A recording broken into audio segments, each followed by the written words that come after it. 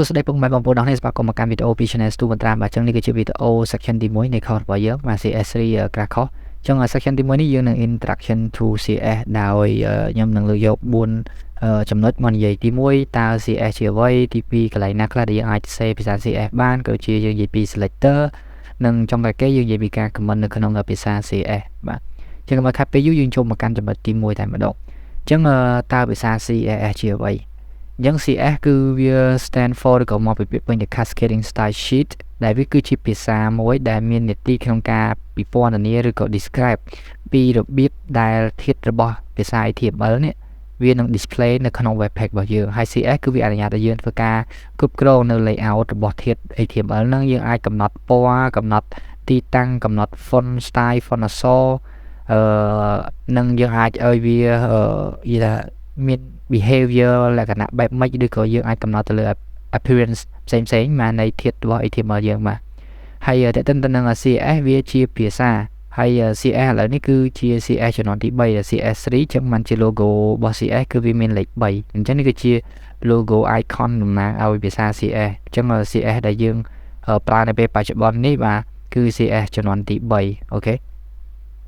នេះគឺជាឧទាហរណ៍ដំបូងគេដែលខ្ញុំចង់ពន្យល់អ្នកនរគ្នាទៅនឹងពេលដែលយើងមាន CS និងពេលអត់មានភាសា CS អញ្ចឹងខ្ញុំធ្លាប់បានបរៀនពី HTML full course ម្ដងអញ្ចឹង HTML គឺខ្ញុំពន្យល់អំពីគ្រោងឆ្អឹងបាទ HTML វាជាភាសាមួយបង្កើត structure layer របស់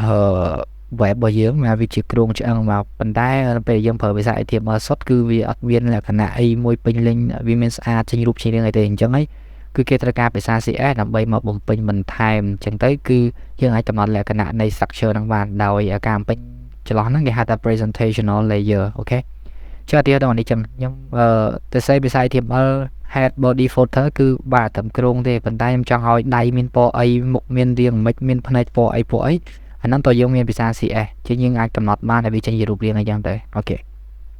នេះជាឧទាហរណ៍ទី2នេះគឺជា web មួយបាទដែលខ្ញុំទៅសេភាសា HTML សុទ្ធអត់ប្រើប្រាស់ភាសា CS ទេអញ្ចឹងគឺវាគេថាវាឈរជើងគឺពីលើចុះមកក្រោមអត់មានទីតាំងណាជាក់លាស់ឬក៏ស្អាតទេបាទហើយនេះគឺយើងប្រើប្រាស់ភាសា CS ដើម្បីកំណត់ទៅលើទីតាំងឬក៏យើងកំណត់ទៅលើ style ផ្សេងបាទអញ្ចឹងគឺវាមានសោភ័ណភាពនិងស្អាតអូខេអញ្ចឹងឥឡូវខ្ញុំនិយាយពី syntax របស់វាបាទដើម្បីទៅសេភាសា CS បានយើងក៏ត្រូវតែយល់ពីរបៀបនៃការទៅសេដែរដូចតែភាសា HTML បាទភាសា HTML គឺគេទៅសេគឺត្រូវតែប្រកាស doc type មានtag HTML បើក HTML បិទនៅក្នុងបើកបិទរបស់ HTML វាមាន head វាមាន body ហើយ head វាមានបើកវាមានបិទនៅក្នុង head វាមាន title ដល់ពេល body វាមានបើកមានបិទនៅក្នុង body គឺយើងទៅសេភាសា HTML របស់យើងចូលក្នុងហ្នឹង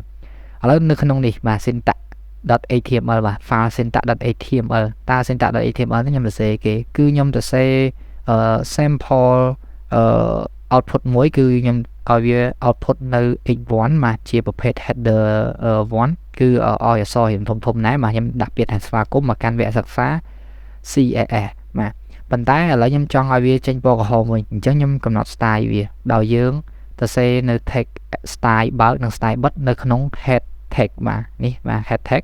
ហើយនៅក្នុង style ហ្នឹងគឺយើងទៅសេភាសា CS អញ្ចឹងនៅនេះ x1 ហើយខ្ញុំកំណត់ឲ្យវាមានពណ៌ក្រហមនិង font size វាគឺ bold ឥឡូវខ្ញុំនិយាយពីការហៅបាទដោយសារតែអក្សរទាំងអស់នេះគឺខ្ញុំទៅសេនៅក្នុង h1 tag អញ្ចឹងហើយគឺខ្ញុំហៅ h1 ហើយខ្ញុំបើកគ្នាបិទគ្នាហើយខ្ញុំកំណត់ style វាដោយការកំណត់ style នោះគឺយើងហៅ property អានេះគេហៅថា property បាទហើយ red នេះគឺជា value អញ្ចឹងអានេះគឺខ្ញុំយកមកបង្ហាញតែម្ដងមក syntax.cs អញ្ចឹងដោយសារខ្ញុំចង់កំណត់ឲ្យ h1 មានពណ៌ក្រហមហើយ font size វាគឺដិតអញ្ចឹងគឺយើងត្រូវហៅវាបាទអញ្ចឹងហៅនេះបាទ h1 នេះអាហ្នឹងគឺគេហៅថា selector គឺយើងទៅហៅធាតុណាមួយដែលយើងចង់ឲ្យវាចេញ style ដែលយើងកំណត់អញ្ចឹងយើងទៅហៅជាមួយនឹងមកយើងអាចហៅជា ID យើងហៅជា class ហៅជា name ឬក៏អីចឹងទៅបាទតិចទៀតយើងនឹងនិយាយពី selectors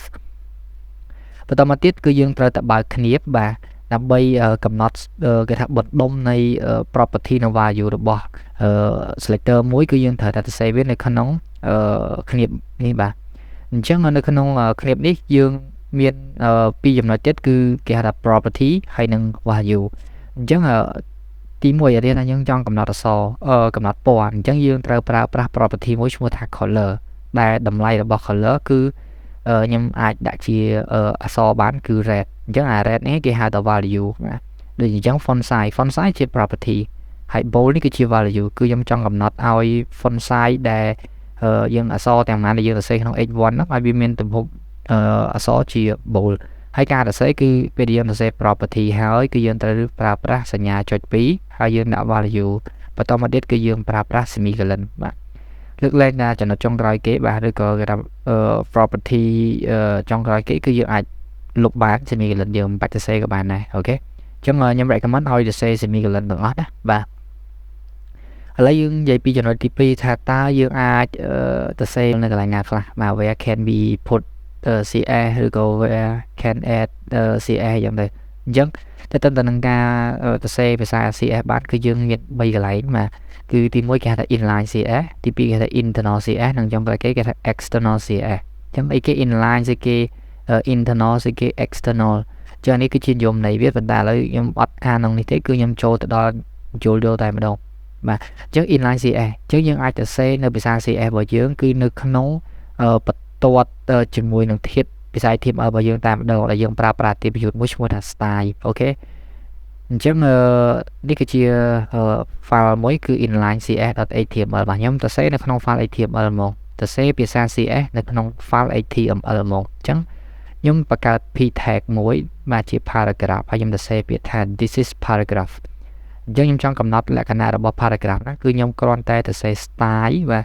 smart hay thêm cái nào pi mới nó không nói nhưng mà sẽ cs à chứ mà nhóm đặt property color equal to red mà font size 30 pixel chẳng AK đại dương từ xe nó không element mà toàn về chua nè bà cứ cái hao thác inline CSS mà không cả này phát dương từ xe nó không nâng là bây giờ pin là cái nào bật thám chiều chiên cả dân từ xe nơi khẳng khéo mà chẳng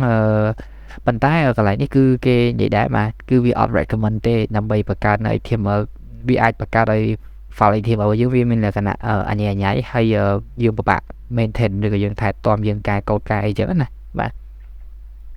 TP cứ cái external internal CE mà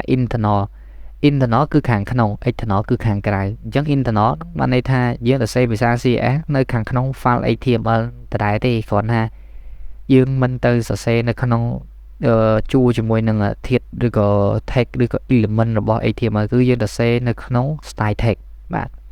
chứ dương ai từ xây CE bán nơi khăn style element rồi có style tag bán đại style nó cứ vi cho chương nơi thằng khăn head mà này head section chứng đọc type ATM nó không ATM ở bên bị đọc để cứ đồng head hay là đồng body chứng dương đã style nó khăn head hay là khăn style nó cứ dương là xây bị ra CE hay chứng là nó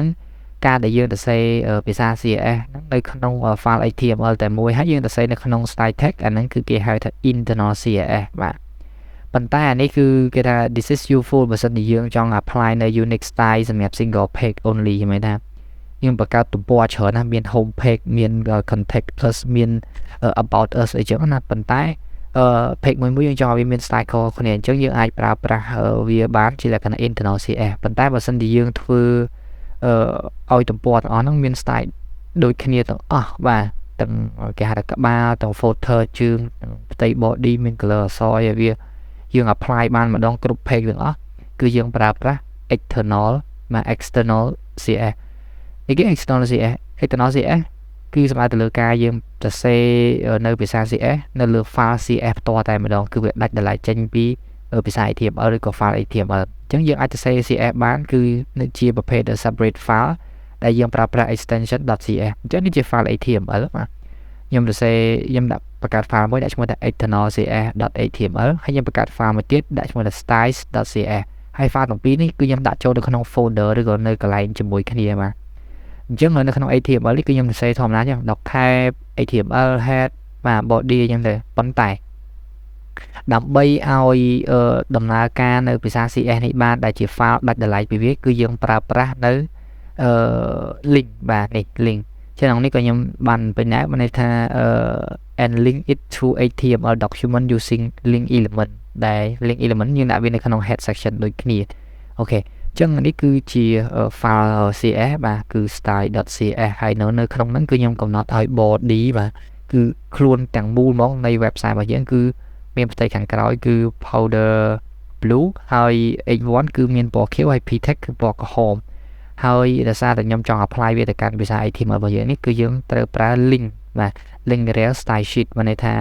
តំណ link ដែលយើងហៅគេមកប្រើឬក៏ភាពដូចជា import ចឹងហ្នឹងបាទ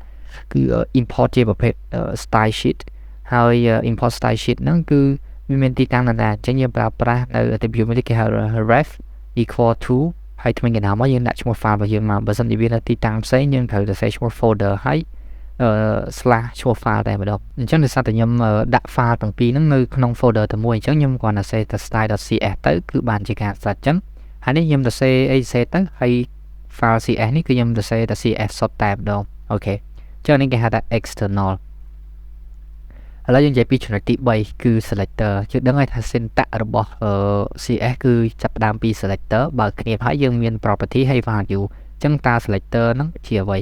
selector គឺគេប្រើដើម្បីស្វែងរកឬក៏ select ជ្រើសរើសយកធាតុណាមួយរបស់ HTML ដែលយើងចង់កំណត់ style ឲ្យវាអញ្ចឹងការដែលយើងអាច select ឬក៏ហៅវាបានគឺគេបែងចែកចេញជា file category មួយ category ចំនួន5ទីមួយគេហៅថា simple selector ហ្នឹងវាអាស្រ័យទៅលើឈ្មោះឬ ID នៅខ្លះទី2គឺ combinator selector មក combinator selector តិចៗក៏ខ្ញុំនឹងបង្ហាញដែរមកទូហើយអាហ្នឹងក៏យើងនឹងនិយាយនៅក្នុង section ទី5ដែរមកដូចជាទី5ហើយមួយទៀតគេហៅថា pseudo-class selectors ហើយ pseudo element selectors អញ្ចឹងហើយគេគឺ attribute selector អញ្ចឹងទីទៀតខ្ញុំនឹងបង្ហាញទូហើយទាំងអស់ហ្នឹងគឺយើងនឹងរៀនទេបាទនឹងរៀននៅក្នុងsection បន្តទៀតបាទចឹងនេះគឺជា simple selector បាទ simple selector គឺគេហៅថាការ select បែបធម្មតាការ select បែបធម្មតាគឺយើងហៅឈ្មោះ tag ឬក៏ឈ្មោះ element ហ្នឹងមកទៀតថាខ្ញុំទៅសេអក្សរនៅក្នុង p tag បាទនៅក្នុង p tag ហ្នឹងខ្ញុំដាក់អក្សរ paragraph អីចឹងទៅចឹងខ្ញុំហៅ p tag ហ្នឹងយកមកសរសេរឈ្មោះ p tag ហើយបើគ្នាបិទគ្នាហើយខ្ញុំសរសេរយកបណ្ដោយខ្ញុំកំណត់ style វា text align center color red មួយទៀតគេហៅថា id selectorចឹងខ្ញុំគិតថាអ្នកនរចេះហើយបាទរបៀបទៅសេបង្កើត ID បង្កើត class នៅក្នុង HTML ហ្នឹងបាទចឹងដើម្បីហៅ ID បានគឺយើងប្រើប្រាស់សញ្ញាត្រង់ជ្រូកនៅពីមុខហើយឈ្មោះ ID បាទហើយយើងកំណត់ style ទៅបើ class វិញយើងប្រើចុចមកចុច para1 យើងទៅហើយយើងកំណត់ style ទៅមួយទៀតគេថា specific HTML element នៅក្នុង class ហើយទៀតថាខ្ញុំទៅសេខ្ញុំបង្កើត p tag ជាច្រើនហើយមាន p tag មួយហ្នឹងគឺខ្ញុំដាក់ class ឲ្យជា center អញ្ចឹងអានេះគឺយើង specific HTML element ហើយមានន័យថារាល់ p tag ណាដែលមាន class ជាប្រភេទ center គឺយើងកំណត់តំណែងហ្នឹងវាចូលលក្ខណៈ condition ឬក៏លក្ខខណ្ឌដែរយើងអានេះយើង specific វាឬក៏យើងកំណត់វាមានលក្ខណៈជាក់លាក់ណាមួយថាឲ្យតែ class center ដែលវាជា class របស់ p tag គឺយើងកំណត់ style វាមួយទៀតគេហៅថា universal selector ឬក៏ global selector អាហ្នឹងគឺយើងប្រើផ្កាយអាហ្នឹងគឺពេលច្រើននៅតាម web ទាំងអស់គឺមានប្រើអ្នកនរគ្នាបាទដើម្បីកំណត់ padding 0ឬក៏ margin 0 box sizing border box អីហ្នឹងអញ្ចឹងអានេះគឺគេហៅថា universal selector ហើយចំក្រោយគេគឺគេហៅថា grouping selector មានន័យថាយើងហៅធាតុហៅ class ហៅអីក៏ដោយបាទយើងហៅវាជាកញ្ចប់តែម្ដងគឺយើងប្រើក្បៀសហើយខ្ញុំចង់ឲ្យ h1 h2 ហើយនឹង paragraph មាន style ដូចគ្នាអញ្ចឹងយើងទៅសេអញ្ចឹង h1 ក្បៀស h2 ក្បៀស p ក្បៀសអញ្ចឹងទៅឬក៏មាន class មានអីទៀតយើងហៅតគ្នាមកយើងកំណត់ style រួមបាទក្នុងករណីយើងចង់ឲ្យវាមាន style ដូចគ្នាអូខេចឹងហ្នឹងគេហៅថា simple selectors មួយទៀតគេហៅ combinator selector ហើយអានេះគឺយើងនឹងរៀននៅក្នុង section ទី5បាទគឺយើងនិយាយពី space ធំជាងបូក tilde ហ្នឹងបាទចឹងអាហ្នឹងយើងនឹងនិយាយនៅពេលក្រោយបាទហើយមកទៅ attribute selector គឺយើងហៅទៅលើយើងការហៅទៅលើ attribute យកហ្មងមកទៀតថាដូចជា input tag បាទ sorry input tag គឺយើងnóiថា input នៅក្នុងភាសា HTML input វាមាន type ច្រើនវាមាន type text type button type password type ratio អីចឹងទៅ type checkbox អីចឹងទៅអញ្ចឹងបើសិនជាយើងចង់កំណត់លក្ខខណ្ឌណាមួយជាក់លាក់ឬក៏ style ណាមួយជាក់លាក់អាស្រ័យទៅលើ attribute វាមានថា input ដែលមាន type ជា text គឺយើងកំណត់វាអញ្ចេះ input ដែលមាន type ជា button ខ្ញុំកំណត់វាអញ្ចេះហើយចឹងទៅអញ្ចឹងអាហ្នឹងគឺគេហៅថា attribute selector ហើយរីឯចំណុច2ផ្សេងទៀតគឺមានដូចជា Pseudo-classes selector និង Pseudo element selector អាហ្នឹងយើងនឹងនិយាយនៅក្នុង section ក្រោយអញ្ចឹងខ្ញុំអត់បាននិយាយនៅក្នុង slide នេះទេនឹងចំណុចចុងក្រោយបាទទី4 CSS Comment អញ្ចឹងយើងអ្នកនរត្រូវដឹងថាការ comment គឺវាជួយយើងច្រើនមែនតើមិនថាភាសា programming ណាមួយ ឡើយគឺវាចង់ថាការ comment គឺទី1ជួយដល់ programmer ដឹងថា code កន្លែងហ្នឹងគេទៅ save វាអីទី2ក្នុងករណីថាយើងកែ code កែអីចឹងទៅបាទយើងអាចបរិយាយពីវាហើយបើអ្នកគ្នាចេះប្រើ git ប្រើអីទៀតយើងប្រើ comment បន្ថែមទៀតគឺវាកាន់តែល្អខ្ញុំអត់ចង់វាយឆ្ងាយទៅដល់ git អីទេគ្រាន់ថាការប្រើប្រាស់ comment គឺវាល្អអញ្ចឹងយើងអាចទៅ save វាបានដោយសិតនៅក្រោម syntax មួយគឺប្រើសញ្ញា slash ផ្កាយហើយផ្កាយ slash អញ្ចឹងនេះគឺជា sample ហើយបញ្ជាក់បន្តិច CSS Comment គឺយើងត្រូវតែ place វានៅក្នុងគេថា style element ហើយគឺចាប់ផ្ដើមដោយ slash ផ្កាយហើយនៅក្នុងនេះយើងទៅ save ទៅបាទហើយយើងចុចយកវាថាផ្កាយ slash វិញហើយការ comment គឺ browser គឺវា ignore វាអត់ខានទេអូខេអញ្ចឹងអានេះតាក់ទិនទៅនឹងការ comment នៅក្នុងភាសា CSS អូខេសូមចឹងតាក់ទិនទៅនឹងចំណុចទី1 section ទី1របស់យើងនេះគឺមានតែប៉ុណ្្នឹងទេអរគុណច្រើនដល់នេះសម្រាប់ការទស្សនាយើងនឹងជួបគ្នានៅវីដេអូនៅក្នុង section ទី2បន្តទៀតបាយបាយ